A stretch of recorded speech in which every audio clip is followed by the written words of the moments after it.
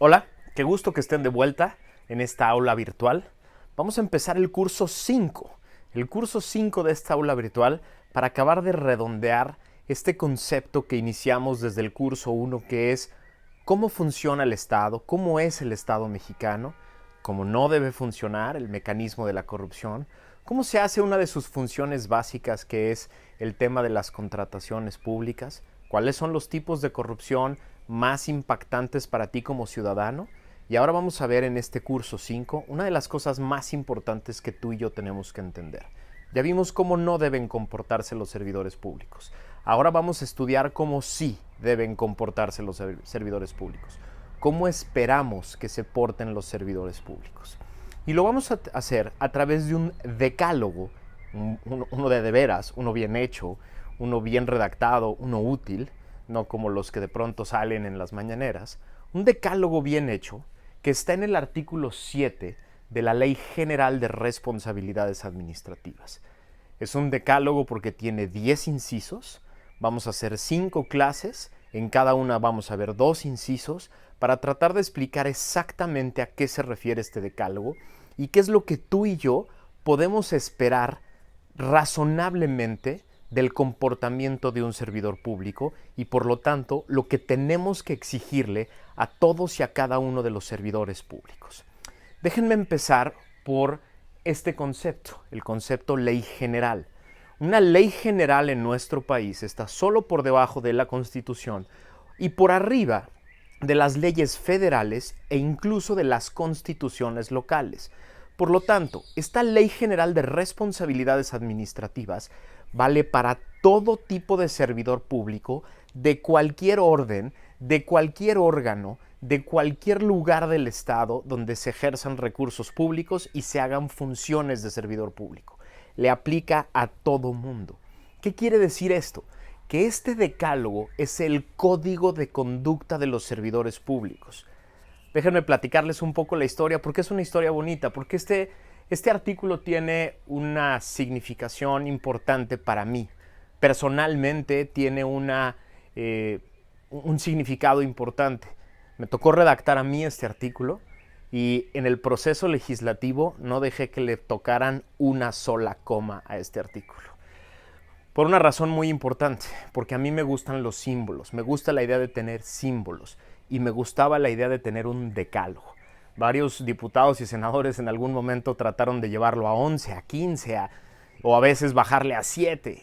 Me emperré a que fueran 10 incisos. Porque mi sueño era que un día este decálogo estuviera colgado en todas las oficinas de gobierno y todos los servidores públicos entendieran exactamente cuáles son las 10 cosas más importantes que deben hacer. Tomé como referencia los códigos de conducta más avanzados del mundo, el código de conducta alemán y los códigos de conducta de diversos países de la Unión Europea, el código de conducta de los servidores públicos norteamericanos federales, el código de conducta de algunos países que no están dentro del círculo de la OCDE, pero son muy avanzados en este tema, como por ejemplo la República de Georgia. Son códigos que tenían 3 rasgos muy importantes que traté de poner en el artículo 7 de la Ley General de Responsabilidades Administrativas. El primer elemento que tienen en común todos estos códigos es que son sencillos de entender. Frases muy concretas, muy sencillas, que cualquier servidor público de cualquier nivel puede entender. Ese era el primer rasgo común que tenían los diferentes códigos del mundo que estudié para redactar este artículo.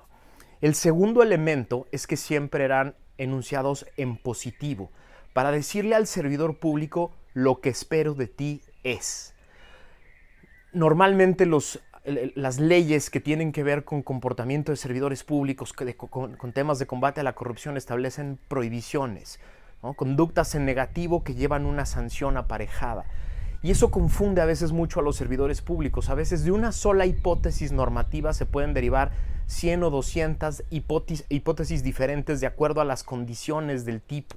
Y eso hace muy complicado para los servidores públicos entender exactamente qué se espera de ellos. Por lo tanto, el segundo rasgo es que estos elementos tenían que estar en positivo. Lo que espero de ti es esto concreto. Y el tercer rasgo que tenía es que se convertían en un paraguas de todo el diseño institucional. Esto es una cosa muy importante y por eso lo queríamos dejar en la Ley General de Responsabilidades Administrativas, porque a partir de este paraguas, a partir de estos 10 elementos que espero de ti, se derivan las capacitaciones, la profesionalización, los perfiles de los servidores públicos, el diseño de los procesos y de las instituciones y una serie de elementos administrativos que le permiten al servidor público portarse de la manera de la que se espera. Es decir, los alemanes, los daneses, los españoles que han hecho, digamos, códigos de conducta de los servidores públicos con estas características, lo que dicen es que la única manera de hacer que esto realmente funcione es que no sean simples recomendaciones, que no parezca un catálogo de recomendaciones de lo que espero de ti si se te antoja. No, la idea es que se convierta en una fórmula concreta y sencilla de seguir para el servidor público, para los jefes de los servidores públicos, para los subalternos de los servidores públicos, para los que diseñan procesos e instituciones, para los que diseñan normas, para los que diseñan presupuestos. La idea es que todo el conjunto de elementos que impactan en el servicio público estén diseñados a modo de que este decálogo se pueda cumplir de manera adecuada.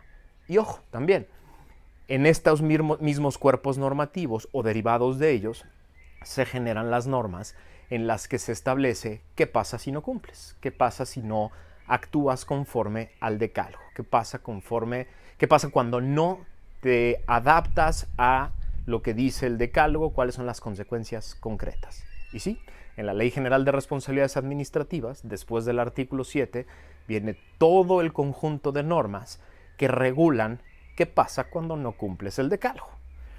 Le pusimos al artículo 7 de las directrices del servicio público, porque lo que queríamos era que los servidores públicos tuvieran claro que tienen directrices concretas. Si por lo menos te aprendes estas 10 y entiendes estas 10 directrices, vas a poder actuar de la manera correcta, de la manera en la que se espera, el público espera que actúes de manera concreta. Esa es un poco la historia. Y es una historia muy bonita porque a partir de la publicación de la Ley General de Responsabilidades Administrativas, tenemos la posibilidad de generar un nuevo tipo de servicio público, una nueva cultura de servicio público. Estas 10 directrices de las que vamos a ir platicando en estas clases, la idea que tienen detrás es esa, generar una nueva cultura del servicio público. No solo es aprendérselas de memoria, no solo es entenderlas, es generar todo un esquema o todo un contexto que le permita a los servidores públicos actuar de esa manera, seguir esas directrices, llevarlas a cabo. Esa es la idea y eso es lo que queremos, generar esa cultura. Entonces tú y yo lo que tenemos que hacer es ayudarle a los servidores públicos a tener esa cultura, conocer estos elementos y exigírselos. Entonces vamos a empezar por los dos primeros incisos, que son, digamos, lo más básico que viene en los códigos de conducta de todo el mundo. El primero, el más importante, actuar conforme a la ley. Es importantísimo, lo dicen todos los códigos de conducta del mundo. Servidor público, lo primero que espero de ti, lo primero que espero que hagas es que actúes conforme a la ley. Estás ahí, estás en el cargo porque tienes la obligación de actuar conforme a la ley. Es lo primero que espero de ti. En un Estado democrático, la ley es el parámetro, la ley es el límite, la ley es la que establece tus funciones. Tú como servidor público te riges bajo un principio distinto al de nosotros los ciudadanos. Tú como servidor público te riges bajo el principio de legalidad que dice que tú solo puedes hacer aquello para lo que estás expresamente facultado y nada más.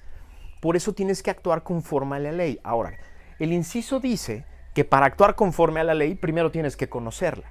Ahora, el término ley en el inciso dice ley, reglamentos, obviamente constitución, directrices administrativas, etc. Todas las normas que rigen tres cosas, tus funciones, tus facultades y tus obligaciones, primero tienes que conocerlas. Entonces, la primera obligación de un servidor público, cuando llega a un cargo de cualquier nivel, en cualquier orden de gobierno, en cualquier órgano autónomo, donde haga funciones del Estado, es conocer qué lo regula, qué me regula, qué regula mi cargo, ¿Qué regula mi cargo concreto? ¿Qué regula la institución donde estoy? ¿Cuáles son las normas que se aplican al tema concreto en el que estoy? Es la primera obligación de todo servidor público, conocer. Los servidores públicos no pueden alegar desconocimiento de la ley, de los reglamentos, de la Constitución en el ejercicio de su cargo y actuar fuera de la ley, actuar en contra de la ley o actuar sin sustento de la ley implica una responsabilidad administrativa y eventualmente puede implicar una sanción penal. ¿Qué son las funciones? Las funciones es lo que la Constitución, las leyes y las diferentes normas dicen que hace el órgano donde estoy y hace mi cargo concreto. ¿Para qué sirve? ¿Qué son las facultades? Las facultades es el poder concreto que establecen la misma Constitución, las leyes y las diferentes normas para poder llevar a cabo esas funciones. Pero además, yo como servidor público que tengo esas funciones y esas facultades, tengo que cumplir con las obligaciones, es decir, tengo obligaciones. Hay cosas concretas que tengo que hacer, no que me recomiendan, no que puedo hacer si quiero, no, que tengo que hacer. Entonces, un servidor público tiene que actuar conforme a la ley y eso quiere decir que tiene que conocerla completa, conocer todas las normas que le aplican y tiene la obligación de cumplir. Así de fácil, así de sencillo. Esa es la recomendación número 1 para los servidores públicos, la directriz número 1 para los servidores públicos. Yo espero de ti que conozcas las normas y las cumplas. Así de fácil. Segundo inciso, conducirse con rectitud, dice el inciso 2. ¿Y eso qué quiere decir? Dice el artículo. No pretender obtener beneficios o provechos o ventajas personales. ¿De qué? De las funciones, de las facultades y de las obligaciones que tengo. Es decir, tengo una serie de funciones y tengo poder para ejecutarlas. Y tengo la obligación de ejecutarlas con base en la ley. Pero además, tengo la obligación concreta de conducirme con rectitud. ¿Eso qué quiere decir? Quiere decir que yo no puedo usar ni las funciones, ni las facultades, ni las obligaciones para obtener ningún tipo de beneficio, ningún tipo de provecho y ningún tipo de ventaja personal. Esto es importantísimo. Esto es exactamente la definición internacional más aceptada de corrupción. La corrupción es tratar de obtener beneficios personales e ilegales del ejercicio de las funciones, facultades y obligaciones. Muy sencillo. Cualquier persona con tantita lógica perfectamente puede entender qué quiere decir conducirse con rectitud cuando se lo explicas así de fácil. Conducirte con rectitud como servidor público es actuar con base en tus funciones y facultades para dar un servicio al público y en lo que haces eso tienes prohibido tratar de obtener cualquier tipo de beneficio, provecho o ventaja. Así de sencillito. Lo puede entender cualquiera, cualquier servidor público. Ahora, de estas dos normas, de estas dos directrices, se deriva todo un catálogo de tipos administrativos, tipos penales y una serie de procesos que pueden llevar a un servidor público a una sanción concreta. Hipótesis específicas que le implican al servidor público una sanción por no haber seguido la directriz concreta. Ahora, ¿qué es lo que esperábamos cuando redactamos este artículo, lo pusimos en la Ley General de Responsabilidades Administrativas? Lo que esperábamos es que, empezando por estas dos y luego las otras 8, se convirtieran en la forma normal de actuar de los servidores públicos. Esperamos hoy todavía que pronto, en algún momento, se tomen en serio estas 10 cosas para que eventualmente, 1, los servidores públicos sean entrenados y capacitados para entender y conocer estas 10 cosas. 2, esperamos que las instituciones y las estructuras empiecen a generar procesos y formas de cumplir adecuadamente con esta obligación.